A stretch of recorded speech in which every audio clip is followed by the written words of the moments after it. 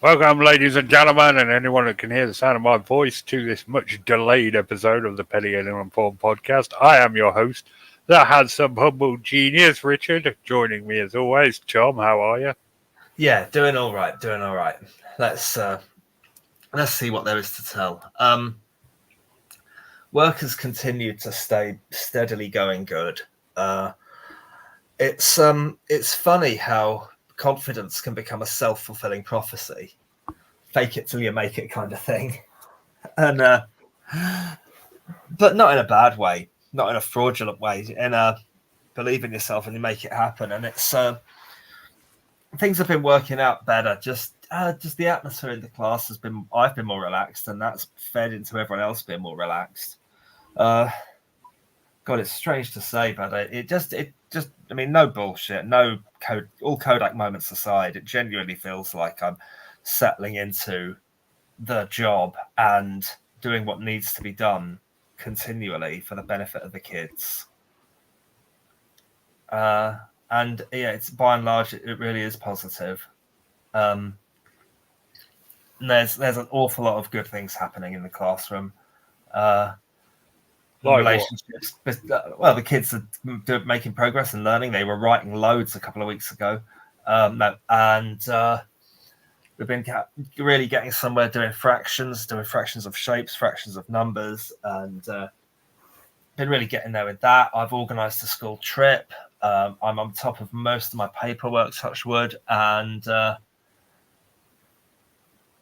I've been set a project to do all year long to try and purchase some more playground equipment, and going ahead with that. And I had to write a rationale as to how it fits with the school development plan, and did my best with that. And so just what I'm trying to say is I think I'm managing to spin all the plates somehow. That's awesome. Well done.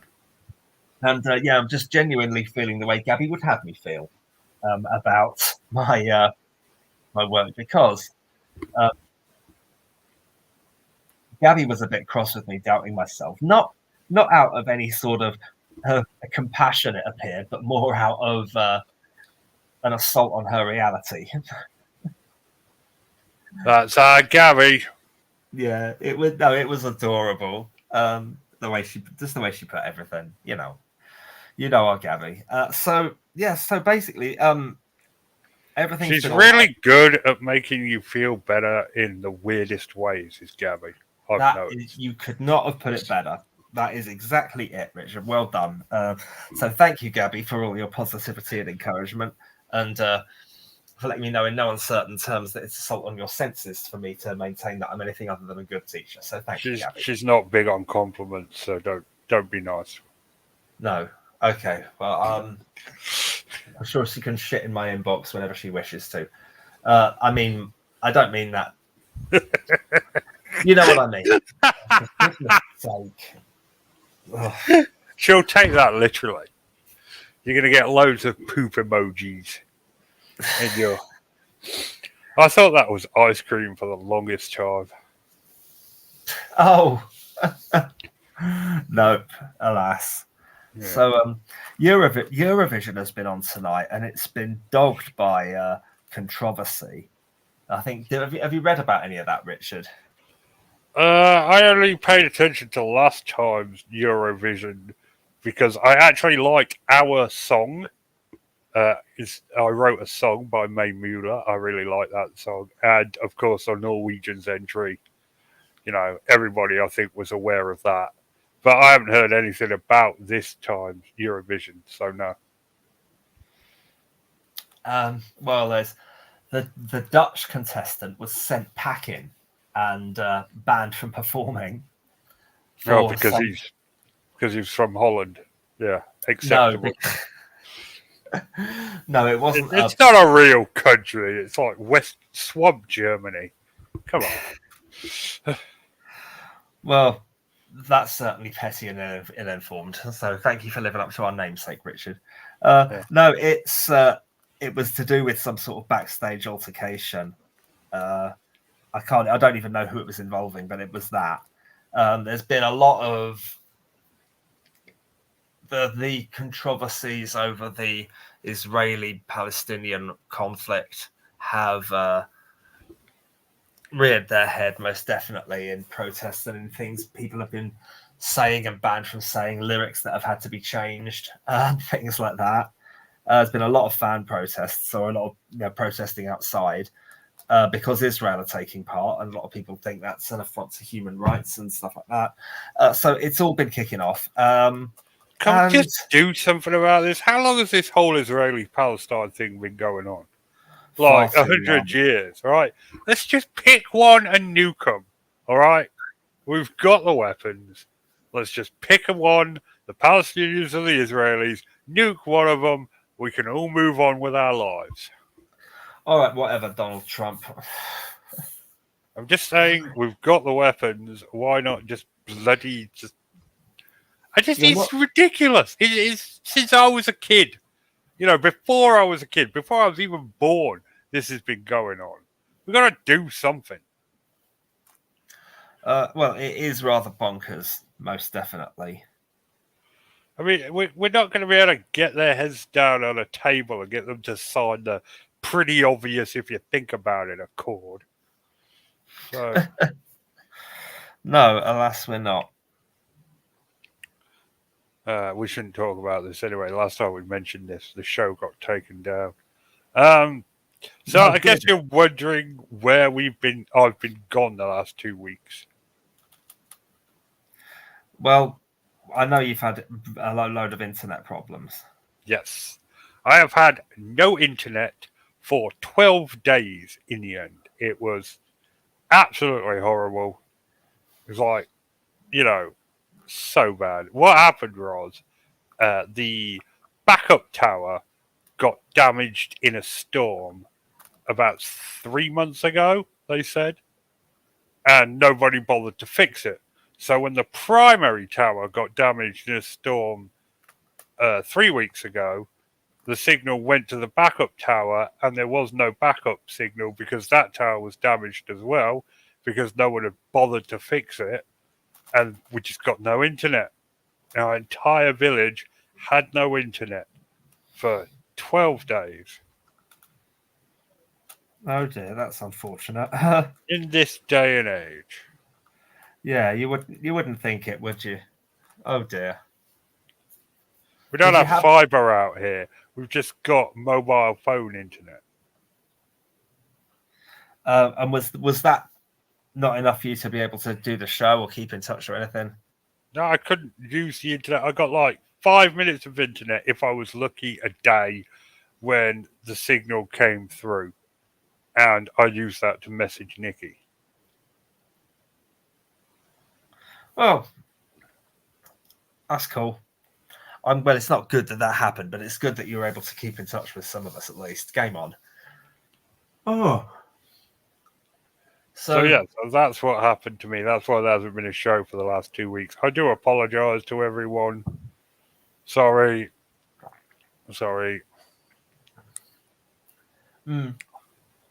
I don't know if there's a way we could run the show in your absence, or I don't know if you'd let us do that. Let's have a free run. We can do the show that thoroughly advocates veganism. I might have agreed to it until you said that. Now I can do 1 hour of Rubik's Cube solving and puzzle making. Yeah, I mean, you could do that. That would be more interesting than advocating for veganism. So, here's an interesting thing I read. Do you know that they're producing lab-grown meat now? Yeah. In a lab, amino acids in in a solution that's mainly sugar and various other things, and they use this solution to grow chunks of meat because it's just cells at the end of the day. Yeah. So my question is that vegan? Because you're not harming an animal. You're not. I'm not sure yet. I'm not at ease with the idea. I would probably, my first instinct is I would avoid it because I would just do what I already do. I'd just eat the same things I already eat, and I wouldn't start eating that. So I would just remain unchanged. I wouldn't exactly boycott it. All right, but I don't know. I haven't thought about it properly. I haven't. No, I don't. I don't know if you'd eat it or not. I'm asking, as a vegan, as a professional vegan, Yeah. is this vegan? Because it doesn't harm any animal. Mm. Um, I'm not. It Yeah, doesn't. no. I don't. I'm not completely comfortable with the idea somehow. So I can't put my finger on what it is because it's not an animal. But it. Oh, I don't know. I'm not at ease with the Cells. idea. I It's don't. I don't. cells and cultures grown in a solution of amino acids and sugar. Okay, here's an interesting question: is it actually greener than?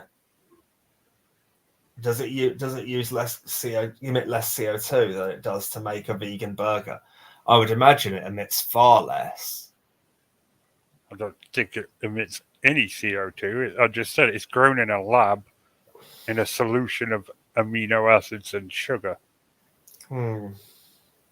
Basically, the cells replicate. I think it's really fascinating that they figured out how to do this. They can grow meat in laboratories. It doesn't harm any animals, but still, is it vegan? Because it's real meat. It's meat like I've eaten some, and Well, you have. yeah, I have eaten some. It tastes. It doesn't taste exactly the same. It tastes a bit weird. Maybe that's just because I knew what it was. You got to Yeah. remember there's a psychosomatic reaction, but it was decent, and it looked like meat, and it felt like meat, and it is meat. It's just grown in a lab. Is that vegan? Well, okay. Let's. This is a very, very interesting and a very good question, Richard. It is not plant-based, It's not plant clearly, based. but then a lot of things that are vegan aren't. Like sea salt is not strictly speaking, isn't plant-based either, is it? Minerals are not plant-based and things. I've been And advocating for years that avocados aren't vegan. because of the bees used in pollinating them and things like that. Yeah, and the deforestation to make vegan to avocado farms. Right. Well, they're very good arguments. And that's something I should think about, actually. I'm not the biggest fan of avocados. I can certainly live without them. I like avocados. I just don't think they're vegan. I know that there are some vegans who are opposed to eating avocados. Yeah, I know there's some vegans who don't eat them and campaign for other vegans not to eat them. I know that. Now, but veganism is veganism. If you think of it as first and foremost a harm reduction model, where you're trying to lessen the impact, lessen any impact in all its different forms. Now, one of those is with carbon footprint, and so that's why I think it'd be very interesting if lab-grown meat has a much less carbon footprint than in the freezer. I've got an Aldi plant menu chicken Kiev, which is made from soya proteins and things like that. And I would imagine there's a huge amount of waste product that comes with this. But that might go into sort of animal feed. Well, I don't know. I'm not sure. It might go into fertilizer. I don't know.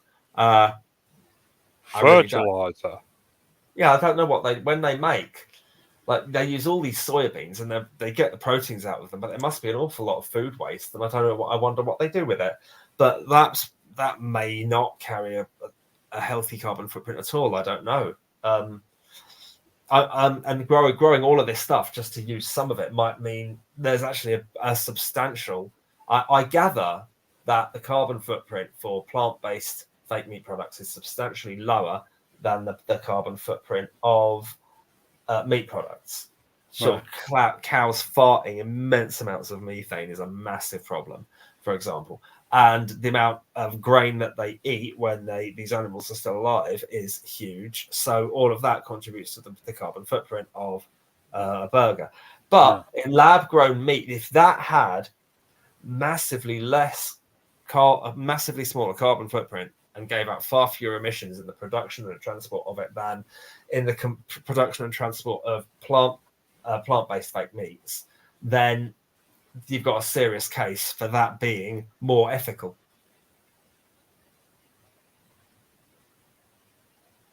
Hello, Richard. Right. Yeah, no, I'm listening. More ethical. Yeah, it would be more ethical, and it could be more. So, if you see vegan as a harm reduction model, actually, the more strictly speaking plant-based thing than the not strictly speaking plant-based thing, the lab-grown meat might be the better of the two. In when you look at all the ethics involved, so I'm not sure. We're going to think about it and see what if it does proliferate this stuff. I'll see what the vegan thinking is, but I'll also think for myself and see what I agree with. I mean, yeah, it's not. It's like you said. It's about the CO2 reduction, the ethics reduction. Yeah, But what I'm tripping up on is it's actual meat, right? It's not plants made to look like meat. It's like 100% actual meat. yeah, But it's not come from a living animal. yeah. It's a curiosity, isn't it? It's an odd thing, and I don't know if it's vegan or not. No, I don't. I mean, my immediate reaction would be it's not, but I don't know. I mean, what most vegans think I would imagine they wouldn't. They'd say it's not vegan, but it doesn't harm any animals. no, I don't know. You're not benefiting off some animal slavery if you're an extreme vegan like that vegan teacher. But that person is insane. So I'm not sure I know who you mean. oh, you've not heard of the vegan teacher on TikTok? Dude, you don't should think watch so. some YouTube videos about her. She is mental. Okay. She keeps feuding with Gordon Ramsay. It's brilliant. Okay, I'll check it out. Yeah, it's always worth a watch. But yeah, I was thinking about that earlier this week. Is lab-grown meat vegan or not? And if it is vegan, that would be ideal for the industry because they could put it in the vegan foods aisles, which are becoming more and more prevalent in supermarkets, I'm sorry to say. Yeah. And they'd probably make more money. But if it's classified as not vegan, then it's been a giant waste of time. I will have to. I'll have a look and I'll get back to you with my thoughts. I mean, how are they going to decide if it's vegan? Are they going to have a vegan summit where where vegan representatives from each country gather and decide whether it's vegan or not? I don't know. There probably is such a thing, but I don't know about it yet. Is there an underground secret society of vegans? It would be very much open and transparent. Why would we need to be underground? I don't know. You gotta be underground to be a secret society. That's just how things are done. It wouldn't be a secret society, you plonker. The Illumin cucumber. I've got one I can amuse you with. Today I bought today we went into Canterbury and we bought a new table and chair set from a big furniture shop because there was they had one in a sale. It was about a third of its normal price, still bloody expensive, and we bought that because it looked like it would be less likely to be trashed by our son than our current one is, because he's autistic, he does his own thing, and he likes to balance on it, lean a chair on its back 2 legs and lean against the table. He likes that balance and that feedback, and it's a sensory thing. So but we need one that isn't. The legs on this thing are getting so wobbly there. I have to tighten all the nuts and bolts all the time. It's a right pain. And this one looks like it's far more sturdy and going to be far more Reese-proof. So we are. I mean, Reese can't help it. Bless him. He doesn't get it. We've asked him not to, and he still does it. So he just doesn't understand. It's fair. It's cool. So I mean, we get sort of living allowance for him for exactly this kind of thing, and we've spent this month and probably a couple of other months in the future on this table because that's exactly what that sort of benefit is for. So we went to buy that, and then I went into HMV, and I bought it. Like it's the year 2004 instead of 2024. I went and I bought a DVD of. You went and bought a DVD. I did. Well, in 2024. Yes, I did. Tom, we stream everything now. Yeah, well, we don't all. I'm in a Facebook group, actually, called Blu-ray and DVD Collectors, and that's actually where this is going. So I bought this DVD. It's Fucking hell. It's a Have film. you still got your old Betamax? No, a VHS, actually.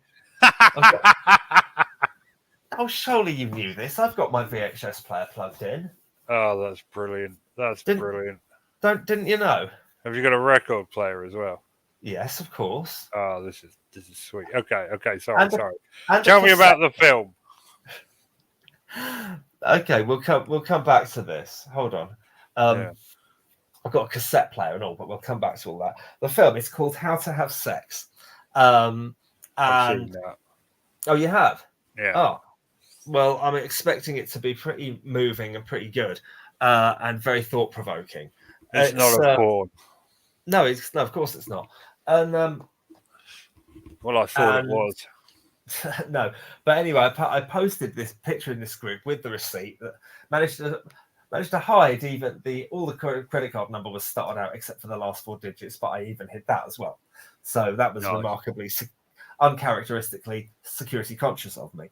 So I did that and posted the picture, but everyone assumed it was like an instructional video, like those Lover's Guide DVDs and VHSs from the 80s and 90s.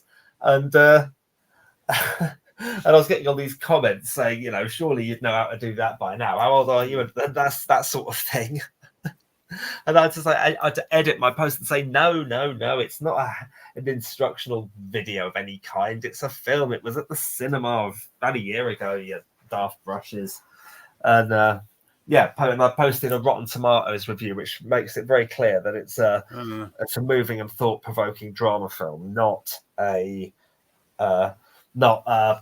literally How to Have Sex, a Lover's Guide. So that was amusing. Right, now back onto my geeky stuff. Tell me about the geeky stuff.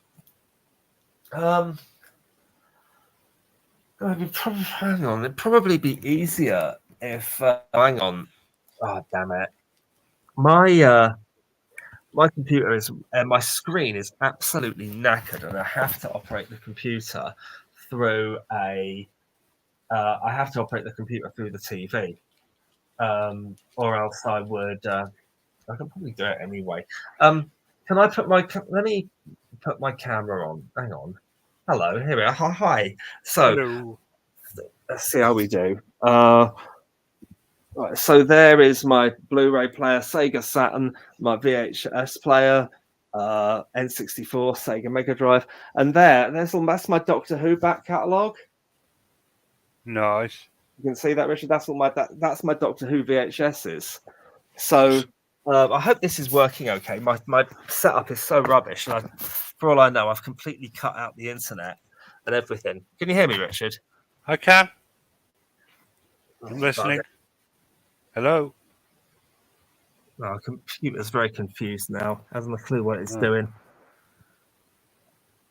I don't know if that works at all.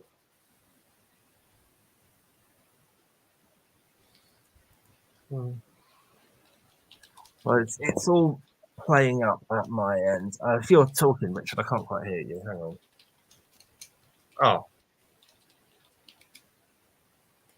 Oh. Yeah, hello. There. Yeah. How much did that come through, Richard? Most of it. I heard all of it. Oh, good, cool. Well, so my computer's down there, but my TV is up there, so I am don't know where to look. So there we are. That is all my geeky stuff. I even have a record player up there and a cassette player and CD player and all that kind of thing. And this was a cool one. I mean, this I got at a charity shop recently. And Hannah had it in her handbag for ages, and it's it's 2 CDs of classic Hendrix. There's a little book to read all about him and everything, and this kind of stuff is valuable to me. I mean, I think it's lovely. So all about Hendrix. So I still after the show, when I'm going to do a little bit of schoolwork, and I will be doing it while listening to Hendrix instead of watching TV, because then I'll get distracted less. And whilst I've got the camera on, this is I think I might have shown you this, Richard. I'm not already, I would guess. This is my Gigaminx in checkerboard formation, which took a long time to plan and do and make, but managed to get it to work so that everything's cooperating with everything else. That took about 4 hours all in, I think. I sure know how to party. Woohoo! Party every moment at Tom's house. Yeah, absolutely. But that was fun to make that. I don't think I'll take it out of that formation in some time. Yeah. Oh, and that, by the way, Richard, that one, remember I showed you some screenshots of patterns that I took through Google. That one wasn't. I had to plan that by myself. I did not Google it first to know which colors to put with which. I had to plan it myself. And I didn't look up a method either. I had to just use logical steps and build on what I knew to make it work. But it was rewarding. It was right in the challenge zone for me. So, gotta do that. So yeah, I just was like, yeah, I really maybe it was an ADHD hyper focus thing that got me through that. I don't know, but it was really rewarding. Yeah. Oh God. Oh man. Did you that news article I saw about a couple of days ago? Fucking hell. Did you have a look at that? No, which one? Oh, it was terrible. I barely want to talk about it. It was a guy had been sentenced to 22 years in prison. It was a horrible crime. It was he was finding people on the internet that loved seeing people mutilated. The online equivalent of Hostel, basically. And he filmed himself being like having a nipple removed and things like that. He filmed that, and he streamed that for money, and filmed himself hurting other people and streamed that for money. He claimed he suffered from a condition called body integrity dysphoria, I think it was called, which means he's sort of maintaining he had a medical need to want to harm his own body, or like a compulsion to want to harm his own body. It was just not nice at all.